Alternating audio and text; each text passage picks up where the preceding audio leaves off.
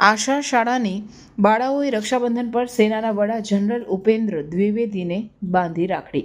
આશા શાળાની બાળાઓએ રક્ષાબંધનના પવાન અવસર પર ભારતીય સેના પ્રમુખ જનરલ ઉપેન્દ્ર દ્વિવેદીને રાખડી બાંધીને આ તહેવારનું મહત્વ વધાર્યું.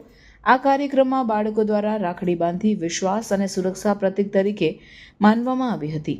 સેના પ્રમુખ દ્વારા આ પ્રદર્શનને ખૂબ સરાહનું મળ્યું અને તેમણે પુખ્ત શપથ આપ્યું કે ભારતીય સેનાએ દેશની રક્ષા માટે કાંઈ પણ કરવાની તૈયારી રાખવી જોઈએ.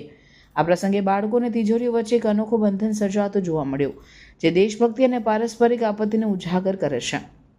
રક્ષણ દળના મુખ્ય બન્યા બાદ જનરલ ઉપેન્દ્ર દ્વિવેદીએ સમગ્ર દેશમાં સેનાના દાયરાને વધુ મજબૂતી આપવા પર ધ્યાન કેન્દ્રિત કર્યું છે અને સમર્પિત સેવાનો ઉત્સાહ હંમેશા જળવાઈ રહે તે માટે વિવિધ વય જૂથોમાં સશક્ત અભિયાનો ચલાવ્યા છે.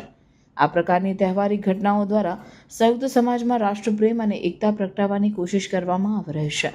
જનરલ દ્વિવેદીએ આ પ્રસંગે જણાવ્યું કે સૈનિકો માટે તિરંગાનું મહત્વ એટલું જ છે જેટલું દરેક નાગરિક માટે છે અને આ રાખડી બાંધીને તેઓ પોતાની ફરજ માટે વધુ પ્રેરિત અને જવાબદારી ભર્યા બનશે.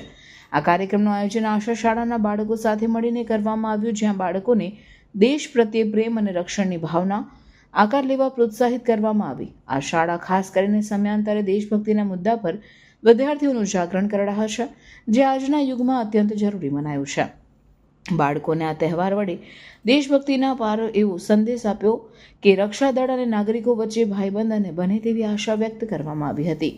આ પ્રસંગે જવાન અને શાળાના વિદ્યાર્થીઓ વચ્ચે જીવંત એકતા દર્શાવવા માટે સેનાના અધિકારીઓ પણ હાજર રહ્યા અને તેમણે બાળકો સાથે સંવાદ કર્યો.